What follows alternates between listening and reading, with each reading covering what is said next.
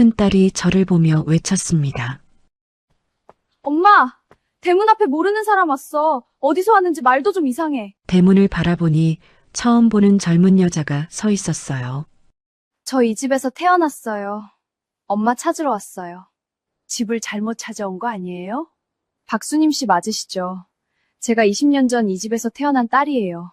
처음엔 그냥 낯선 얼굴이었습니다. 그런데 눈매를 보는 순간 숨이 멎었어요. 젊은 날 제 얼굴이었습니다. 누가 찾아왔는데 밖이 이렇게 소란스러워. 그때 시어머니가 밖으로 나오셨습니다. 저는 미국에서 엄마 찾으러 왔어요. 이 처자가 지금 무슨 소리 하는 거야? 증거는 있고? 순간 시어머니의 얼굴이 굳었습니다. 보세요. 이게 그 증거예요. 죽었다던 그 아이가 지금 살아서 제 앞에 서 있습니다. 그렇다면 그날 밤 저는 무엇을 잃은 걸까요? 그날의 진실로 이야기는 20년 전으로 거슬러 올라갑니다. 이야기 시작에 앞서 구독과 좋아요, 알람 설정 부탁드려요. 저에게 아주 큰 힘이 됩니다. 그리고 어디서 듣고 계시는지 댓글로 공유해 주시면 그곳으로 행복한 일들만 가득하실 거예요. 그럼 오늘의 이야기를 시작합니다. 재미있게 시청해 주세요. 저는 충청도 산골 마을에서 태어났습니다. 아니, 다시 말해야겠네요. 제 딸이 태어난 건 그의 늦가을이었습니다. 찬바람이 처마 끝을 훑고 지나가던 밤이었습니다. 부엌에는 가마솥에 올려둔 물이 부글부글 끓고 있었고 저는 이미 반나절 넘게 진통을 버텨온 터였습니다. 아이의 울음소리가 터지는 순간 저는 눈을 감은 채로 웃었어요. 살아있다는 그것만으로 충분했어요. 이 세상에 나와줬다는 것만으로도. 그런데 채 숨을 고르기도 전에 문이 열렸습니다. 시어머니였습니다. 방 안으로 들어오지는 않으셨습니다. 문틈에 서서 복순 씨 품에 안긴 아이 얼굴을 빤히 보셨습니다. 시어머니의 눈이 아이의 얼굴 아래로 천천히 내려갔습니다. 그리고 올라오지 않았습니다. 이래서 내가 이 집 며느리 자격이 없는 거야. 문이 닫혔습니다. 발소리도 없이 저는 복순 씨에게 손을 내밀었습니다. 아이를 달라는 뜻이었습니다. 복순 씨가 아이를 제 품에 건네고 조용히 물러섰습니다.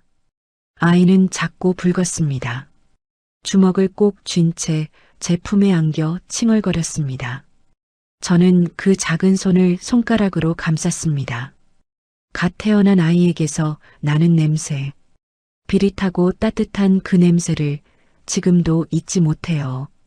10달을 품었던 아이가 드디어 밖에 나온 거잖아요. 그 냄새가 이렇게 좋을 줄 몰랐어요. 5째 딸이었습니다. 그래도 저는 놓지 않았습니다. 첫째를 낳을 때도, 둘째를 낳을 때도, 셋째와 넷째를 낳을 때도 저는 늘 그 문 너머를 기다렸습니다. 시어머니가 들어오시기를, 한 번만이라도 안아주시기를. 그런 날은 단 한 번도 없었어요. 아들이 아니면 그 방 문은 열리지 않았습니다. 아들이 아니면 저는 아이를 혼자 안아야 했습니다. 그게 이 집 며느리의 숙명이었어요. 그날 밤 바람은 유독 매서웠습니다. 창호지가 떨렸습니다. 저는 아이를 가슴에 더 바짝 끌어당겼습니다. 시어머니가 보시든 안 보시든 이 아이는 제 딸이었습니다. 산후 이틀째 되던 날이었습니다. 밥상이 들어오지 않았습니다. 아침도 점심도 방 안으로 들어오는 것이 아무것도 없었어요. 배가 고프다는 말은 꺼낼 수가 없었습니다. 딸 낳은 며느리한테 몸조리가 어딨냐는 집이었으니까요. 해가 중천을 넘길 무렵 이불을 걷고 몸을 일으켰습니다. 아랫배가 묵직하게 당겼지만 부엌까지는 걸어갈 수 있었어요. 솥 안에 찬밥이 조금 남아 있었습니다. 반 공기도 채 안 되는 양이었어요. 그 자리에 쪼그려 앉아 맨손으로 집어먹기 시작했습니다.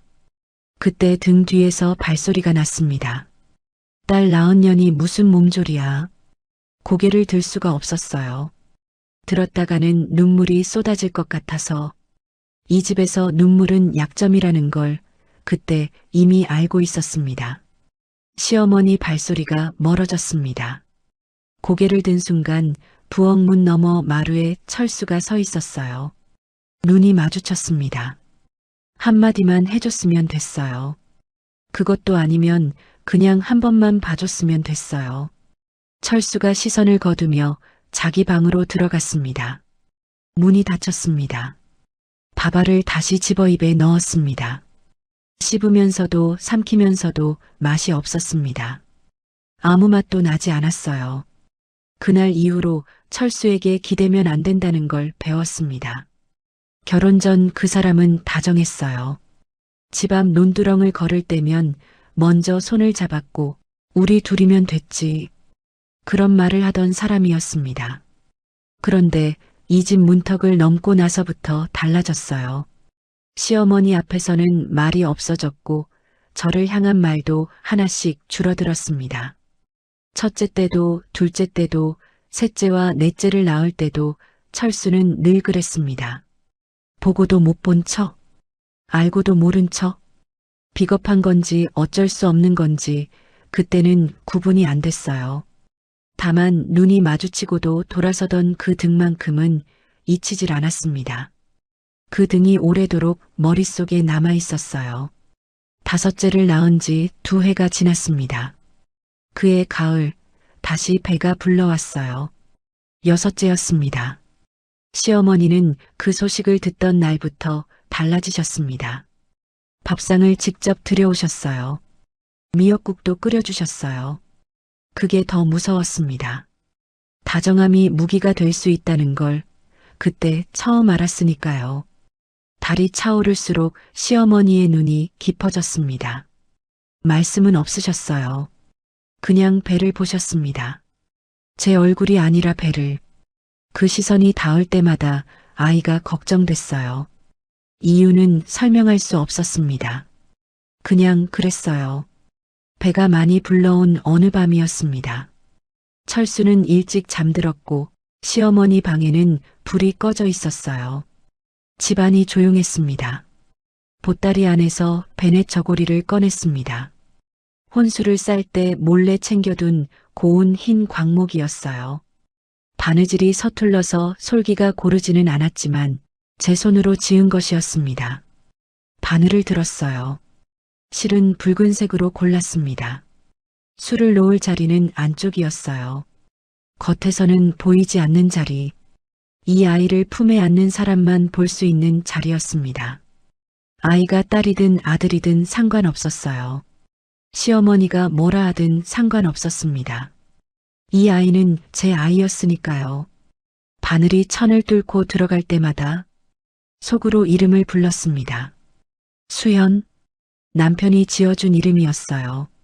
아들이 태어나면 붙여주겠다고 혼자 정해둔 이름이었습니다. 그 이름을 잠결에 중얼거리는 걸 들은 적이 있었어요. 아들 생각뿐인 사람이었습니다. 그런데 저는 그 이름이 좋았어요. 아들이든 딸이든 이 아이에게 붙여주고 싶었습니다. 시어머니도 남편도 모르게 안쪽에만 아이 가슴에 닿는 그 자리에만 그 이름을 마음속에 담아두고 있었습니다. 6째가 생겼다는 걸 알았을 때부터요. 바늘이 느려졌어요. 글자가 완성될수록 눈물이 차올랐습니다. 고개를 들어 숨을 한번 골랐어요. 울면 수가 흔들리니까요. 다 됐습니다. 수연아, 잘 왔다. 엄마 박수님, 아빠 이철수. 베넷 저고리를 뒤집어 겉을 봤어요. 아무것도 보이지 않았습니다. 깨끗한 흰 광목뿐이었어요. 그게 좋았습니다. 이 글자는 이 아이만 아는 것으로 두고 싶었어요. 아이를 품에 안을 때 가슴에 닿는 그 자리에 엄마가 여기 있다고 새겨두고 싶었습니다. 등잔불이 가늘게 흔들렸어요. 꺼질 듯 꺼질 듯. 그래도 꺼지지 않았습니다. 베넷 저고리를 보따리 안에 다시 넣었어요. 아무도 모르는 자리에, 시어머니도 철수도 모르는 자리에, 수연이가 나오면 그때 꺼낼 생각이었습니다. 출산이 얼마 남지 않은 때였습니다. 시어머니가 아침 일찍 나가셨어요. 어디 가시는지는 말씀이 없었습니다. 그냥 나가셨어요. 그런데 나가시는 뒷모습이 달랐습니다. 어딘가 결심한 사람의 걸음이었어요. 해가 중천을 넘길 무렵에야 돌아오셨습니다. 마당을 가로질러 걸어오시는데 얼굴이 굳어 있었어요.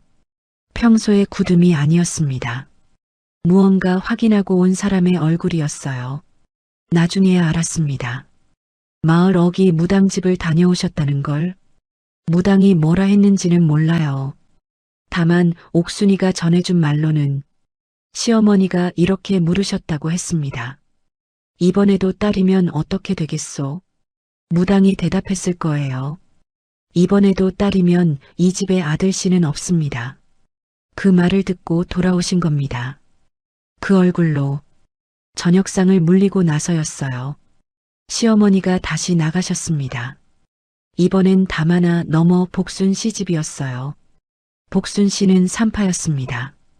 배가 이미 이렇게 부른데 산파를 찾아갈 이유가 없었어요. 그런데 두 사람이 방 안에 마주 앉았습니다. 문은 닫혀 있었고 목소리는 들리지 않았어요. 한참이 지났습니다. 복순 씨가 고개를 끄덕이는 게 창호지 너머로 보였다고 옥순이는 그렇게 말했어요. 그날 밤 배가 단단하게 뭉쳤습니다. 진통이 오려는 것 같았어요.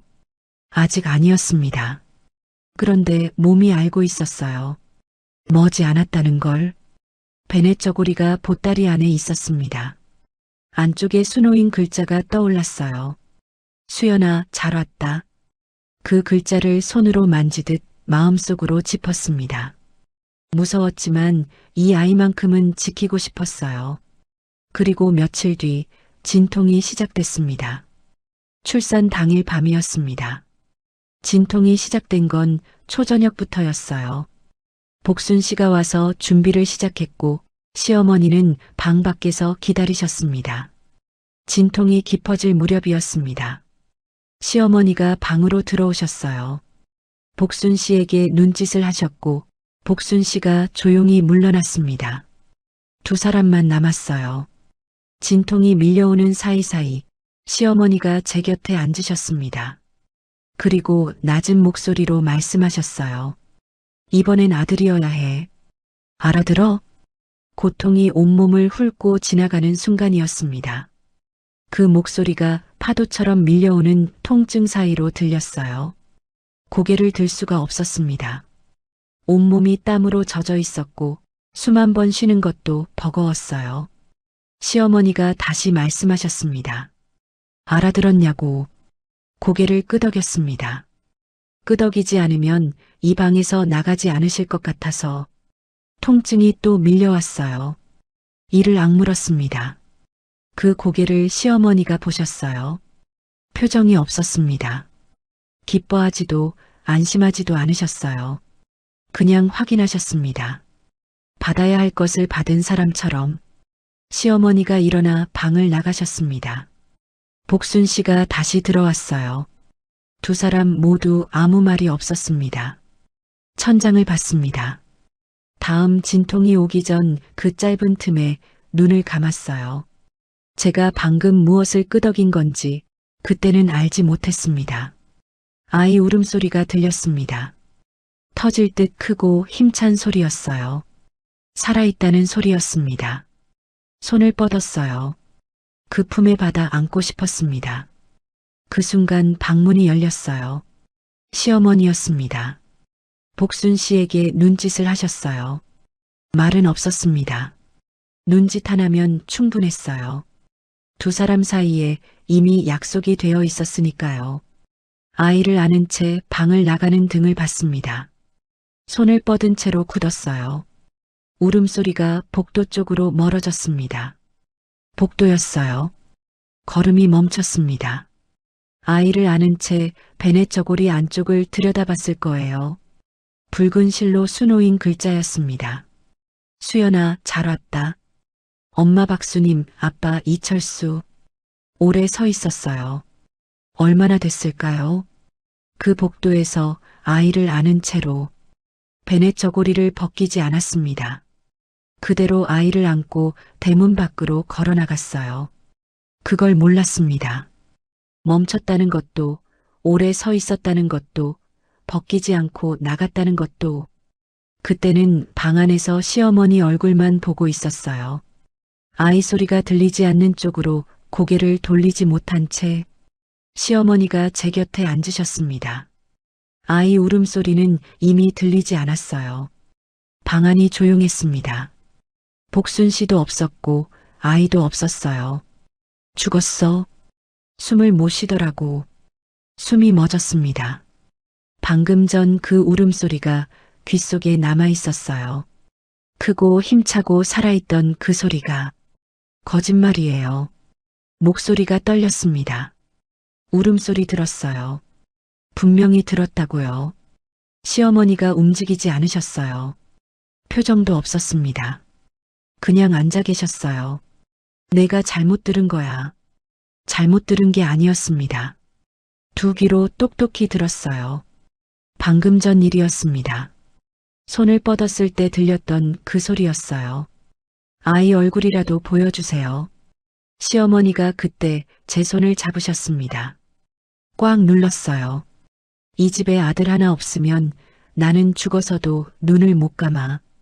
방 안이 조용해졌습니다. 그 말이 이상하게 무서웠어요.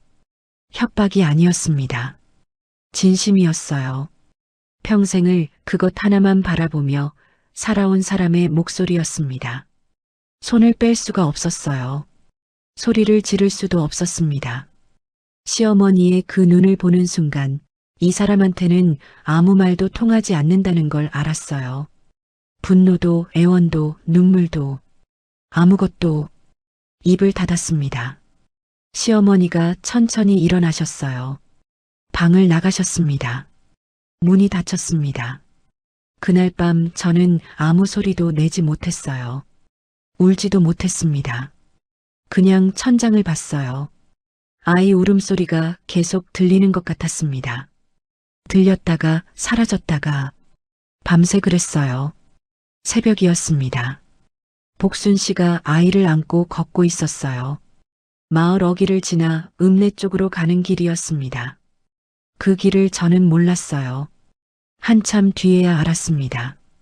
읍내 고아원이었어요. 문을 두드리자 원장이 나왔습니다. 새벽에 찾아온 사람이 아이를 안고 서 있었어요. 복순 씨가 아이를 건네기 전에 멈췄습니다. 베넷 저고리 안쪽을 한 번 더 봤어요. 붉은 실로 수놓인 글자. 수연아, 잘 왔다. 엄마 박수님, 아빠 이철수. 원장 손에 아이를 넘겼습니다. 그리고 베넷 저고리 깃을 잡았어요. 벗길까 싶었을 겁니다. 그런데 벗기지 않았어요. 이 아이랑 꼭 같이 있어야 해요. 원장이 고개를 끄덕였습니다. 복순 씨가 돌아서서 걸어 나갔습니다. 뒤를 돌아보지 않았어요. 한 번도. 그날 이후로 복순 씨가 어떻게 살았는지는 모릅니다. 무슨 생각을 하며 그 새벽길을 걸어 돌아왔는지도 몰라요. 다만 베넷 저고리를 벗기지 않았다는 것만 나중에 알았습니다. 그것만 알았어요. 저는 그날 밤 입을 닫았습니다. 5달 때문이었어요. 영숙이, 그 아래 넷. 그 얼굴들 앞에서 입을 열 수가 없었습니다. 20년이었어요. 그 입이 20년 동안 열리지 않았습니다. 아이 울음소리를 들었다는 말을, 분명히 들었다는 말을 단 한 번도 꺼내지 못했어요. 가끔 밥을 먹다가 빨래를 널다가 시장을 걷다가 그 울음소리가 귓속에서 울렸습니다. 그럴 때마다 입을 더 꽉 다물었어요. 그게 제가 할 수 있는 전부였습니다. 수연이를 잃은 지 20해가 지났어요. 그 세월이 어떻게 흘렀는지 딱히 설명할 방법이 없습니다. 그냥 흘렀어요. 밥 짓고 빨래하고 아이들 키우면서 5달은 다 컸습니다. 영숙이는 벌써 시집을 갔고 나머지도 하나씩 집을 떠나 제 살림을 차렸어요. 집안이 조용해졌습니다. 아침 식탁이 그랬어요. 철수와 저, 그리고 시어머니. 셋이 앉아 밥을 먹었습니다. 철수는 말이 없었어요. 저도 말이 없었습니다. 시어머니 혼자 말씀하셨어요. 날씨 얘기, 마을 얘기. 저는 그 말들이 귀에 들어오지 않았습니다. 수연이를 잃고 2해 뒤였어요. 아들을 낳았습니다. 시어머니는 그날 처음으로 웃으셨어요. 환하게. 그 웃음이 무서웠습니다. 그토록 바라던 것을 마침내 얻은 사람의 웃음이었어요. 저는 그 웃음을 보면서 수연이 생각을 했습니다. 이 웃음 때문에 그 아이가 없어진 거라는 걸 그 순간 처음으로 똑똑히 알았어요. 아들 돌잔치 날이었습니다. 철수가 시어머니 곁에서 웃고 있었어요. 살갑게 시어머니 어깨에 손을 올리고 뭐가 그리 좋은지 소리내어 웃었습니다. 저는 부엌 문 너머에서 그 장면을 봤어요. 남편이 저렇게 웃는 걸 본 게 언제였는지 기억이 나지 않았습니다. 그날도 입을 닫았어요. 아무 말도 하지 않았습니다. 그게 습관이 됐어요. 수연이를 잃은 날 밤부터 입을 닫는 게 습관이 됐습니다. 매년 그날이 돌아왔습니다. 수연이가 태어난 날이었어요. 저는 그날만큼은 밥상을 따로 차렸어요. 밥 한 그릇, 미역국 한 그릇, 작은 상이었습니다. 아무도 모르는 구석자리에 혼자 차려놓고 잠깐 앉아 있었어요. 말을 거는 것도 아니었습니다. 그냥 앉아 있는 거였어요. 그것밖에 할 수 없었으니까요. 시어머니가 지나가셨습니다. 발이 멈추는 소리가 났어요. 그리고 발로 밥상이 차셨습니다. 그릇이 엎어져 미역국이 쏟아졌습니다. 죽은 애 밥은 무슨... 손이 떨렸습니다. 무릎을 꿇고 그릇을 바로 잡았어요. 쏟아진 국물을 닦았습니다. 밥그릇을 다시 반드시 놓았어요. 그리고 고개를 들었습니다. 제가 낳은 아이였어요. 목소리가 떨리지 않았어요. 스스로도 놀랐습니다. 20년 동안 한 번도 그 목소리가 나온 적이 없었는데 시어머니가 잠깐 멈추셨어요. 돌아보지도 않고 걸어가셨어요. 복도가 조용해졌습니다. 손이 그제야 떨렸어요. 밥그릇을 잡은 손이. 아까는 안 떨렸는데 말이 끝나고 나서야 떨렸습니다. 밥상을 다시 반드시 정리했어요. 미역국 그릇 자리를 바로잡고 밥그릇 옆에 숟가락을 나란히 놓았습니다. 그때 담장 너머에서 인기척이 났어요. 옥순이었습니다. 언제부터 거기 있었는지 몰랐어요. 눈이 마주쳤습니다. 옥순이 아무 말도 하지 않았어요. 그냥 봤습니다. 그게 위로였습니다. 말 없는 그 눈빛이. 그날 오후였습니다. 마당에서 빨래를 걷고 있었어요. 햇살이 좋은 날이었습니다. 아무 예고도 없었어요. 영숙이가 뛰어왔습니다. 엄마, 대문 앞에 모르는 사람 왔어. 어디서 왔는지 말도 좀 이상해. 빨래 집게를 쥔 손이 멈췄어요. 이상하게 심장이 먼저 반응했습니다. 천천히 걸었어요. 대문 앞에 서서 손잡이를 잡았는데 그 자리에서 한동안 움직이지 못했습니다. 문을 열었어요. 처음엔 그냥 낯선 얼굴이었습니다. 그런데 눈매를 보는 순간 숨이 멎었어요. 콧날을 보고 입술선을 보고 나서야 손이 대문을 잡은 채 굳어버렸습니다. 젊은 날 제 얼굴이었어요. 거울 속에서 걸어 나온 것 같았습니다. 그 사람이 먼저 말했어요. 한국말이었는데 서툴렀습니다. 어디서 배웠는지 발음이 낯설었어요. 저 여기서 태어났다고 들었어요. 아무 말도 나오지 않았습니다. 양어머니가 돌아가시기 전에 베넷 저고리를 주셨어요. 안쪽에 글자가 있다고 하셨는데 고아원을 찾아갔더니 이 마을이라고 했습니다. 베넷 저고리, 안쪽 글자, 그 두 마디가 귀에 꽂혔어요. 대문을 잡은 손에 힘이 들어갔습니다.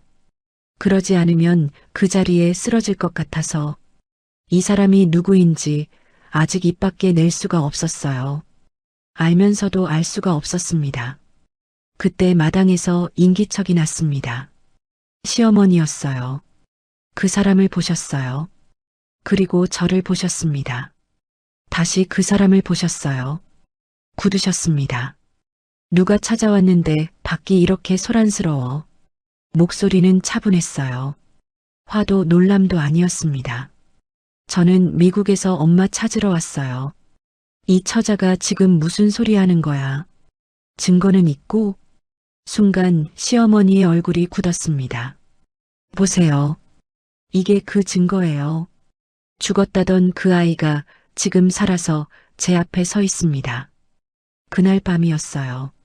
시어머니가 복순 씨를 부르셨습니다. 벽 너머로 낮게 깔리는 목소리가 들렸어요. 내가 제대로 처리했다고 했잖아. 어떻게 된 거야? 복순 씨 목소리가 떨렸습니다. 저는 고아원에 넘겼어요. 거기서 미국으로 간 건 저도 몰랐어요. 잠깐 침묵이 흘렀어요. 시어머니가 낮게 말씀하셨습니다.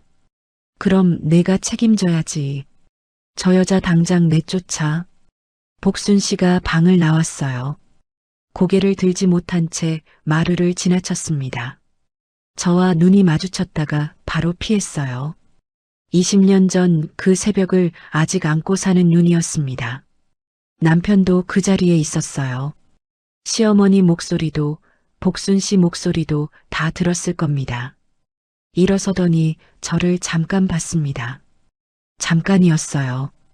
그리고 자기 방으로 들어갔습니다. 부엌 문 너머에서 봤던 그 등이었어요. 식은 밥을 먹다 올려다봤을 때 돌아서던 그 등. 20년이 지나도 그 등은 달라지지 않았습니다. 다음 날 아침이었어요. 수연이가 대문 앞에 다시 왔습니다. 어젯밤 어디서 묵었는지는 몰랐어요. 그래도 왔습니다. 그 얼굴로. 시어머니가 먼저 나오셨어요. 마당을 가로질러 대문 쪽으로 걸어가시는 뒷모습이 어젯밤부터 준비하신 사람 같았습니다. 수연이 앞에 서셨어요. 잘못 찾아온 거야. 돌아가. 수연이 물러서지 않았습니다. 저 이 집에서 태어났어요. 시어머니가 수연이를 봤어요. 위에서 아래로 한번 훑으셨습니다. 그리고 말씀하셨어요. 흔한 베네 저고리 하나로 증거가 될 거라고 생각해? 그 말이 귀에 꽂혔습니다. 온몸이 굳었어요. 마루 끝에 서서 그 장면을 보고 있었는데 두 발이 땅에 박힌 것처럼 움직이지 않았습니다. 수연이가 시어머니를 봤어요. 물러서지 않았습니다. 눈빛이 흔들리지 않았어요. 시어머니가 복순 씨를 불러 세우셨습니다. 목소리가 낮았어요. 소리를 높이지 않아도 되는 사람이었습니다. 이 여자 지금 당장 대문 밖으로 데리고 나가. 복순 씨가 수연이 쪽으로 걸어갔어요. 팔을 잡으려 했습니다. 손 놓으세요. 한 발짝 물러섰어요. 피한 게 아니었습니다. 잡히지 않겠다는 거였어요. 눈빛이 흔들리지 않았습니다. 복순 씨가 다시 손을 뻗었어요. 그 순간 몸이 먼저 움직였습니다. 두 사람 사이로 들어섰어요. 어머니, 안 됩니다. 시어머니가 저를 봤습니다. 20년 동안 한 번도 정면으로 마주친 적 없던 눈이었어요. 그 눈이 지금 저를 보고 있었습니다. 물러서지 않았어요. 무릎이 떨렸지만 발은 그 자리에 있었습니다. 한 걸음 다가오셨어요. 저도 물러서지 않았습니다. 그때 대문이 열렸어요. 철수였습니다. 마당으로 들어서다가 멈췄어요. 저를 봤고 시어머니를 봤고 수연이를 봤습니다. 그 세 사람을 천천히 봤어요. 아무 말이 없었습니다. 사랑채 쪽으로 걸어갔어요. 문이 닫혔습니다. 숨을 한번 골랐어요. 또였습니다. 또 그 등이었어요. 시어머니가 저를 한 번 더 보셨습니다. 그리고 안으로 들어가셨어요. 복순 씨도 뒤를 따랐습니다. 마당에 수연이와 저만 남았어요. 한동안 아무도 말을 하지 않았습니다. 수연이가 먼저 말했어요. 잠깐 얘기할 수 있을까요? 마루에 나란히 앉았습니다. 수연이는 저를 똑바로 봤어요. 저는 무릎 위에 올려놓은 손을 봤습니다. 양어머니가 돌아가시기 전에 꼭 찾고 싶었어요. 목소리가 낮았습니다. 떨리지 않았어요. 오래 준비한 말 같았어요. 양어머니가 많이 편찮으세요? 왜 그런 걸 물었는지 모르겠어요. 할 말이 없어서였는지, 그 말밖에 나오지 않아서였는지. 수연이가 잠깐 저를 봤습니다. 네. 오래 편찮으셨어요. 그리고 물었어요. 왜 버리셨어요? 숨이 막혔습니다. 항변하고 싶었어요. 아니라고, 버린 게 아니라고, 그날 밤 울음소리를 들었다고. 그런데 입이 열리지 않았습니다. 20년 동안 닫혀있던 입이 그 순간에도 열리지 않았어요. 그 자리에 주저앉았습니다. 무릎이 꺾이는 게 느껴졌어요. 울음이 나왔습니다. 소리는 내지 않았어요. 그냥 눈물만 흘렀습니다. 수연이가 아무 말도 하지 않았어요. 그냥 앉아 있었습니다. 그때 문 너머에서 인기척이 났어요. 복순 씨였습니다. 들어오지 않았어요. 문 앞에서 그 장면을 보고 있었습니다. 한참이 지나도 발을 떼지 못했어요. 복순 씨가 무슨 생각을 하고 있었는지는 몰랐습니다. 다만 그 자리를 떠나지 못하고 있다는 건 알았어요. 저도 복순 씨도 수연이도 아무도 말을 하지 않았습니다. 그 자리에 그냥 있었어요. 그날 밤 옥순이 집에 갔습니다. 밤 하나 사이인데 그날은 왜 그리 멀게 느껴졌는지 문을 두드리자 옥순이 바로 열어줬습니다.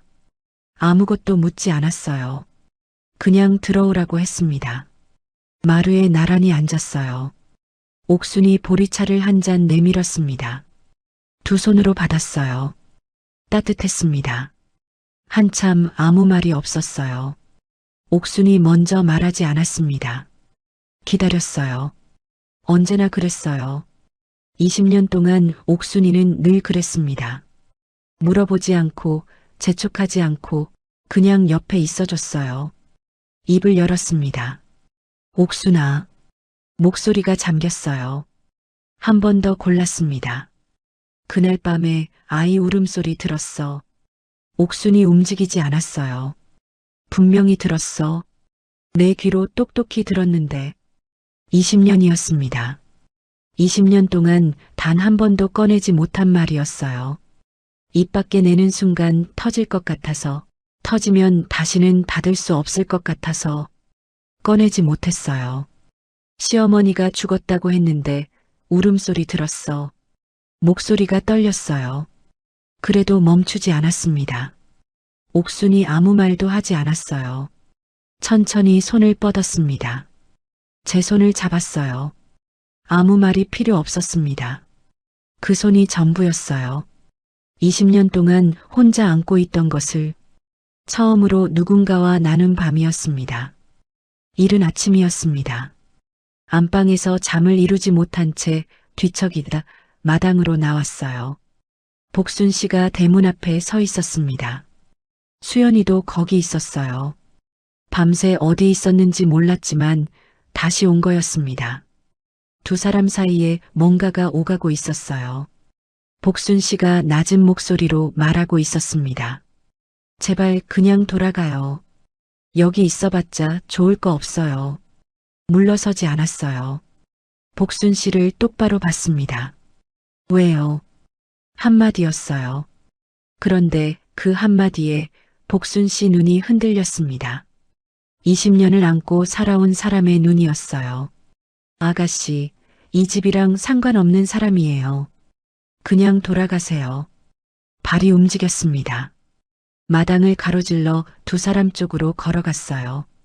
복순 씨와 눈이 마주쳤습니다. 20년 전 그 새벽 이후로 제대로 마주친 적 없던 눈이었어요.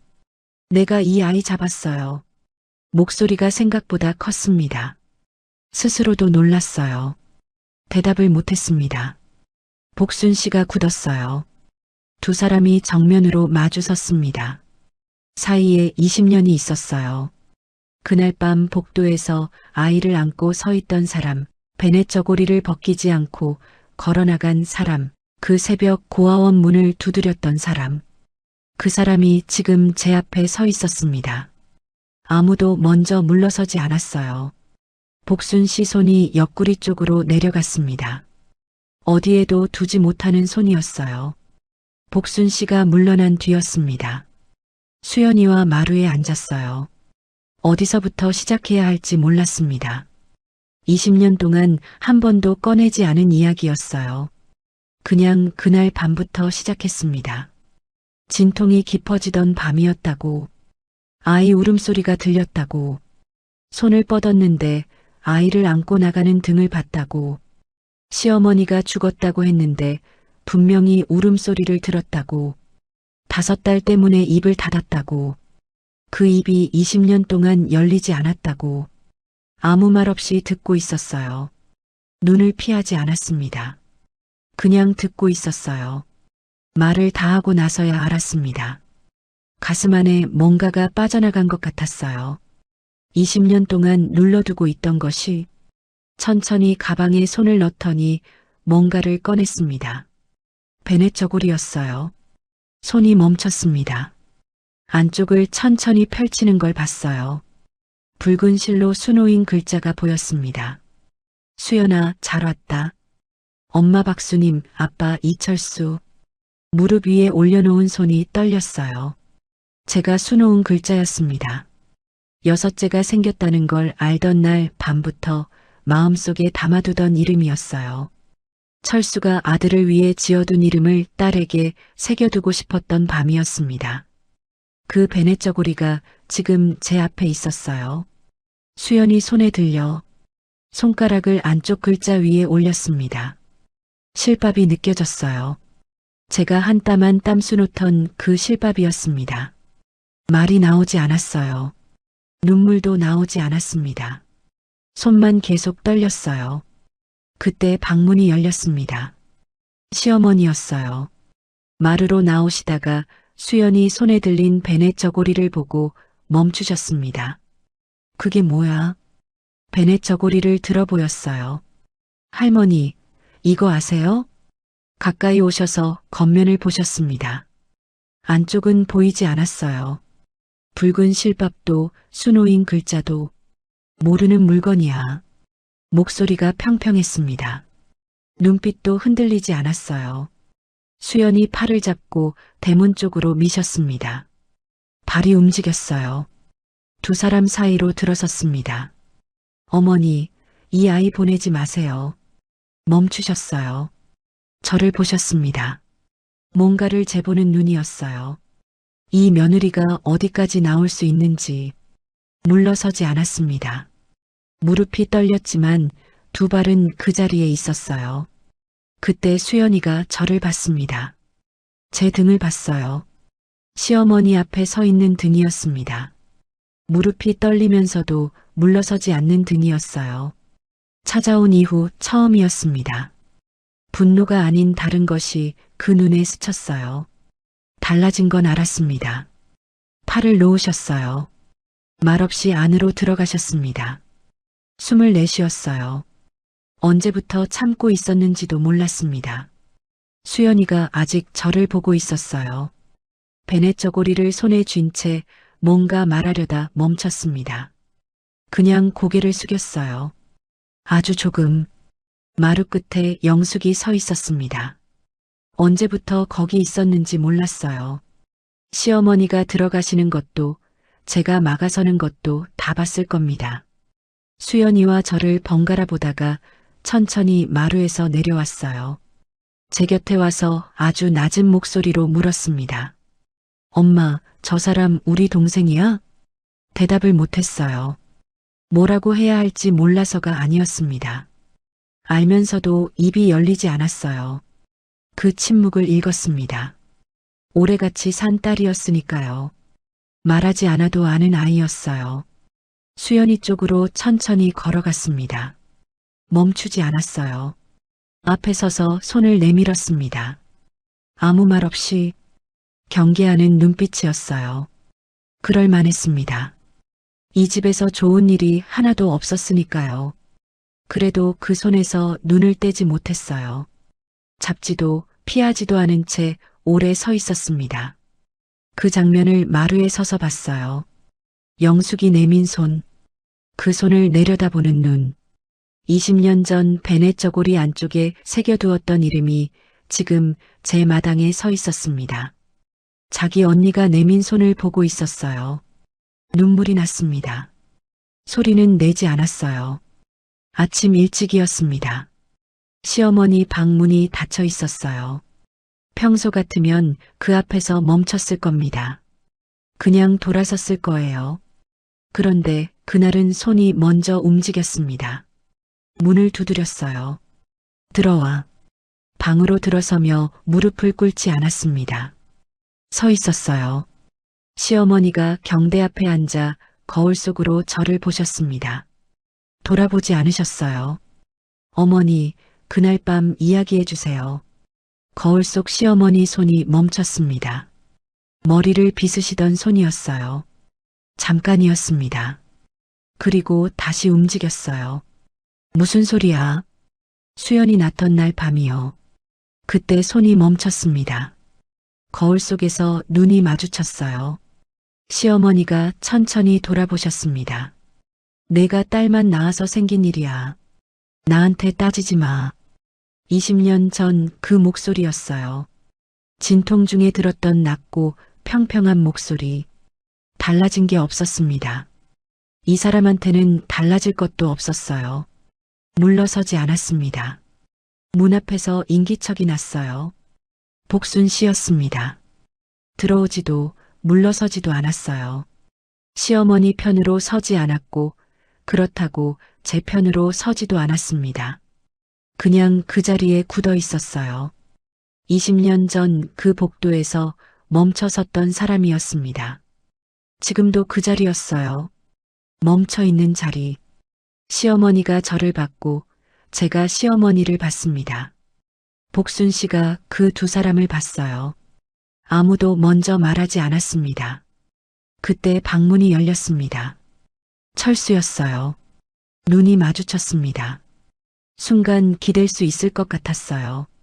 이 사람이라면, 이번엔 이 사람이라면 20년을 같이 살았으니까요. 수연이 이름을 지은 사람이었으니까요. 철수가 방 안을 훑었습니다. 저를 봤고 시어머니를 봤어요. 잠깐이었습니다. 어머니 말이 맞아. 손이 차가워졌어요. 증거도 없잖아. 두 번째 말이 더 아팠습니다. 첫 번째 말은 시어머니 편을 든 거였어요. 두 번째 말은 저를 향한 거였습니다. 증거가 없다고. 20년 동안 혼자 안고 살아온 것이 증거가 없다고. 시어머니가 철수 뒤로 물러서셨어요. 두 사람이 나란히 서 있었습니다. 바라봤어요. 결혼하던 날 논두렁을 걷던 사람이었습니다. 우리 둘이면 됐다고 하던 사람이었어요. 5딸이 태어날 때마다 문 앞에서 돌아서던 사람이었습니다. 냉밥 먹는 걸 보고도 방으로 들어가던 사람이었어요. 시어머니 목소리를 들으면서 사랑채로 사라지던 사람이었습니다. 그 사람이 지금 시어머니 앞에 서 있었어요. 등이 아니었습니다. 정면이었어요. 처음으로 정면으로 막아선 거였습니다. 한마디도 나오지 않았어요. 분노가 없었던 게 아니었습니다. 말이 너무 많아서 나오지 않았어요. 어디서부터 시작해야 할지, 무슨 말을 먼저 해야 할지. 20년이 한꺼번에 목구멍으로 올라왔어요. 그래서 아무 말도 나오지 않았습니다. 그냥 봤어요. 그 두 사람을, 시어머니와 철수를, 나란히 서 있는 두 사람을. 수연이가 방 한쪽에 서 있었습니다. 언제부터 거기 있었는지 몰랐어요. 그냥 있었어요. 아무도 나가라고 하지 않았고 수연이도 나가지 않았습니다. 수연이가 가방에서 베네 저고리를 꺼내 안쪽을 펼친 채 철수 앞으로 걸어갔습니다. 아버지, 이 이름 알아보시겠어요? 철수가 베네 저고리를 봤습니다. 안쪽 글자를 봤어요. 붉은 실로 수놓인 글자였습니다. 수연아, 잘 왔다. 엄마 박수님, 아빠 이철수. 철수 얼굴이 굳었어요. 천천히 굳었습니다. 한 번에 굳은 게 아니었어요. 글자를 읽으면서 굳었습니다. 자기 이름을 읽으면서 자신이 지은 이름이었어요. 아들을 위해 지어둔 이름이었습니다. 그 이름이 딸에게 새겨져 있었어요. 자신이 지어놓고 잊고 살았던 이름이 20년 뒤 이 자리에 나타났습니다. 철수가 고개를 들지 못했어요. 그때 시어머니가 소리를 높이셨습니다. 작당했어. 방안이 흔들리는 것 같았어요. 이 집 망하게 하려고. 수연이를 받고 저를 봤습니다. 번갈아 보셨어요. 눈에 불이 들어와 있었습니다. 뭔가가 치밀었어요. 20년 동안 한 번도 올라오지 않았던 것이 목구멍까지 차올랐습니다. 어머니, 목소리가 방안을 가득 채웠어요. 방안이 조용해졌습니다. 시어머니가 멈추셨어요. 수연이가 멈췄습니다. 철수가 멈췄어요. 복순 씨도 문 앞에서 굳었습니다. 저도 몰랐어요. 그 목소리가 제 안에 있는 줄, 20년 동안 눌러두고 있었던 줄, 방안이 그대로였습니다. 아무도 움직이지 않았어요. 시어머니가 방으로 들어가시는 소리와 함께 자물쇠가 잠겼습니다. 베넷 저고리를 한 번 더 보다가 철수가 아무 말 없이 나갔어요. 문이 닫혔습니다. 방 안에 수연이와 저, 복순 씨만 남았어요.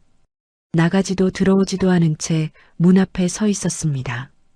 수연이가 천천히 그 앞으로 걸어갔어요. 아주머니, 고개를 들었습니다. 그날 밤 거기 계셨죠? 눈이 흔들렸어요. 입은 열리지 않았습니다.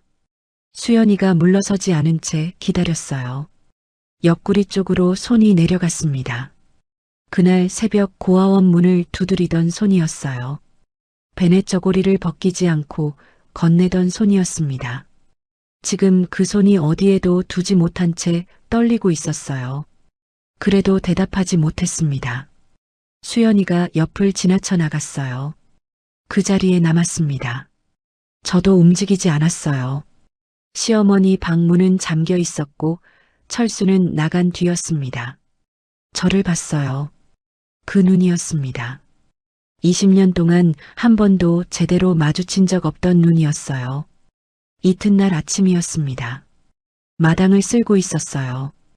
빗자루질을 하다 고개를 들었더니 복순 씨가 대문 앞에 서 있었습니다. 들어오지 못하고 서 있었어요. 한참을 그러고 있었습니다. 들어와요. 복순 씨가 마당으로 들어왔어요. 그리고 그 자리에서 무릎을 꿇었습니다. 예상하지 못했어요. 빗자루를 쥔 손이 굳었습니다. 내가 그날 밤 아이를 고아원에 데려다 줬어요. 목소리가 떨렸어요. 베넷 저고리를 같이 보낸 것도 나예요. 그것밖에 못했어요. 복순 씨를 봤습니다. 무릎을 꿇은 사람이었어요. 흰 머리가 늘어 있었습니다. 20년이 그 사람 위에도 쌓여 있었어요.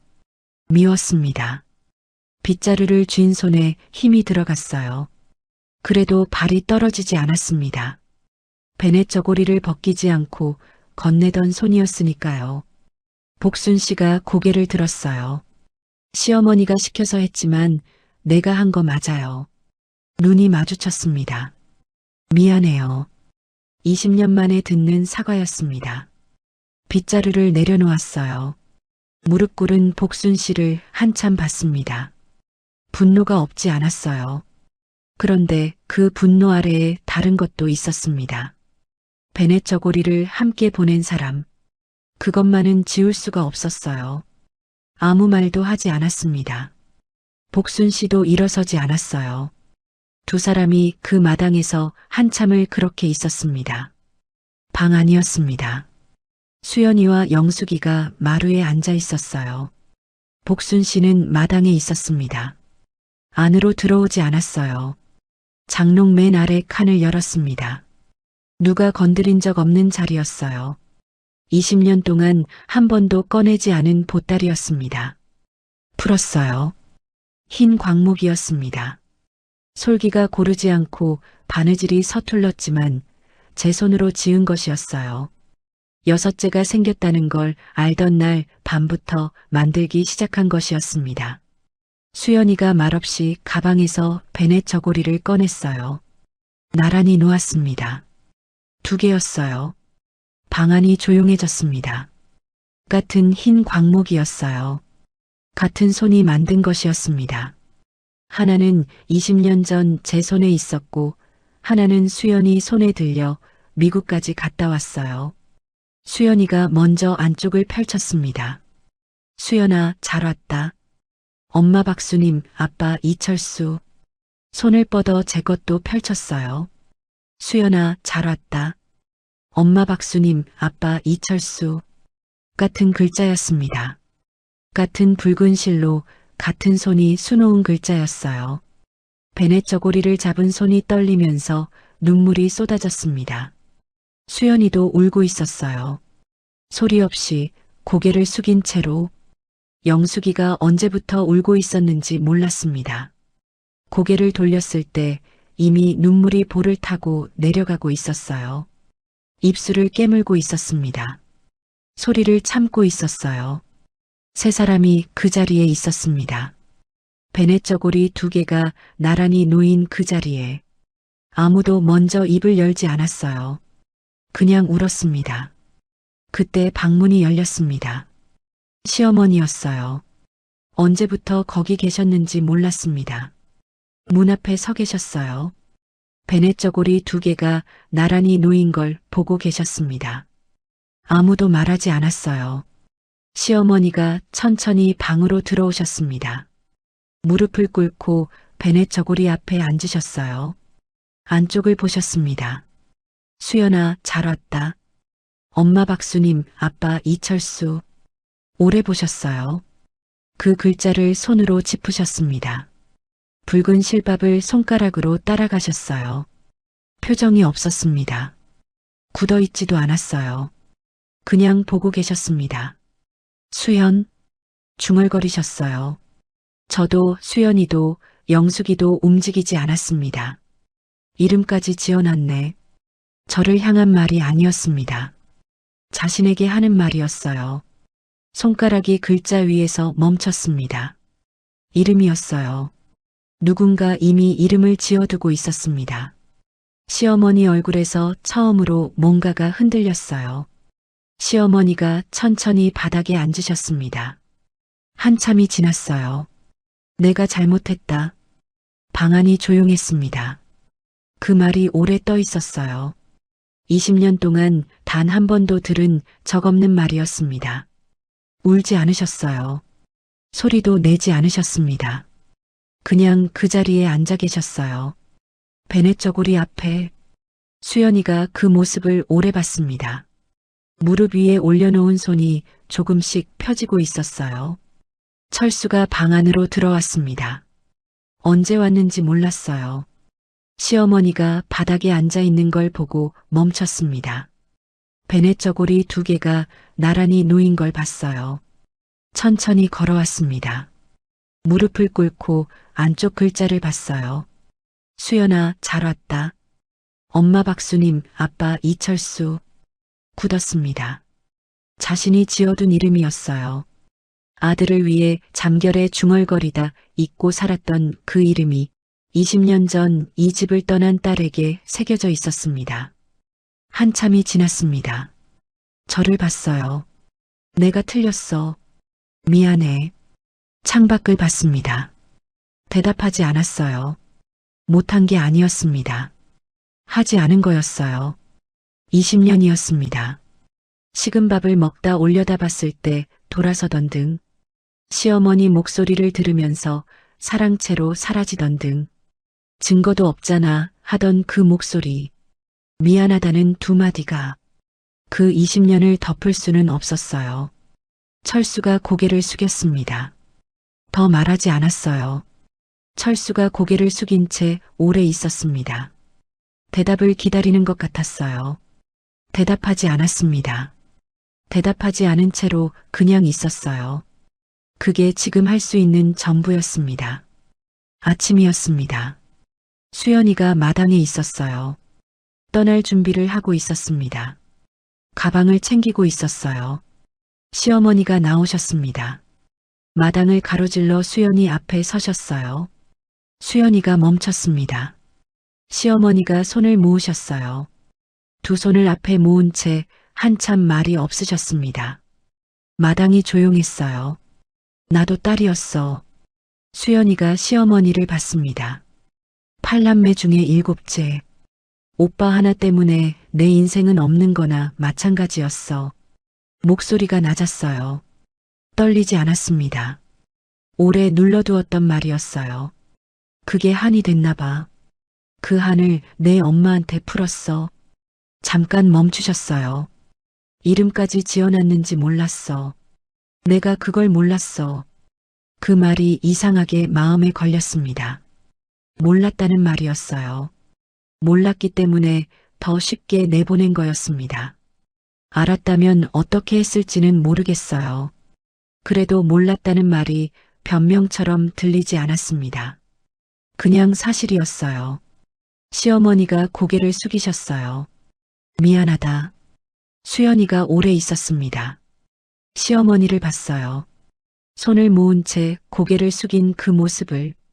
이윽고 수연이가 입을 열었습니다. 할머니가 그러지 않으셨으면 제 인생도 모르는 일이었겠죠. 전 미국에서 제 능력을 인정받고 있거든요. 방 안에서 그 말을 들었습니다.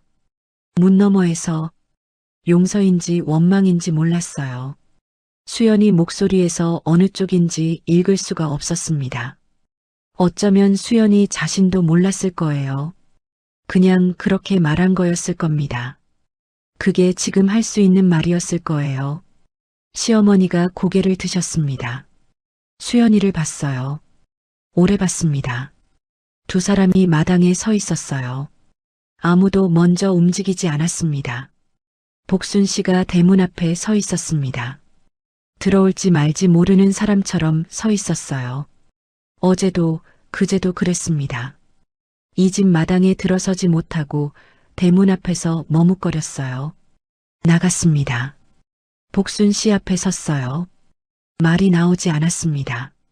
복순 씨도 말이 없었어요. 두 사람이 대문 앞에 서 있었습니다. 먼저 말했어요. 복순 씨가 베넷 저고리를 같이 보내지 않았으면 이 아이 못 찾았어요. 복순 씨 눈이 흔들렸습니다. 용서한다고 말하지 않았어요. 괜찮다고 말하지도 않았습니다. 사실이었으니까요. 베넷 저고리를 벗기지 않고 건넨 것, 원장 손에 쥐어주며 같이 있어야 한다고 한 것, 그것이 없었다면 수연이는 오지 않았을 거예요. 그건 사실이었습니다. 복순 씨 눈에서 눈물이 흘렀어요. 소리가 없었습니다. 그냥 흘렀어요. 뺨을 타고 내려갔습니다. 닦아주지 않았어요. 손을 잡아주지도 않았습니다. 그냥 봤어요. 20년이었습니다. 그 사람도 20년을 안고 살아온 거였어요. 아이를 고아원에 넘기고 돌아서서 걸어오던 그 새벽길을, 베넷 저고리를 벗기지 못하고 건네던 그 손을 안고 살아온 거였습니다. 그게 속죄였는지 아니면 그냥 못 잊은 건지는 몰랐어요. 복순 씨가 고개를 숙였습니다. 한참이었어요. 고개를 들지 못했습니다. 돌아서서 안으로 들어왔어요. 복순 씨는 그 자리에 있었습니다. 마당이었습니다. 수연이가 가방을 내려놓았어요. 아직 떠나지 않았습니다. 나란히 서 있었어요. 말이 없었습니다. 수연이가 손을 내밀었어요. 제 손을 잡았습니다. 피하지 않았어요. 굳지도 않았습니다. 그냥 잡혔어요. 따뜻했습니다. 그 따뜻함에 뭔가가 올라왔어요.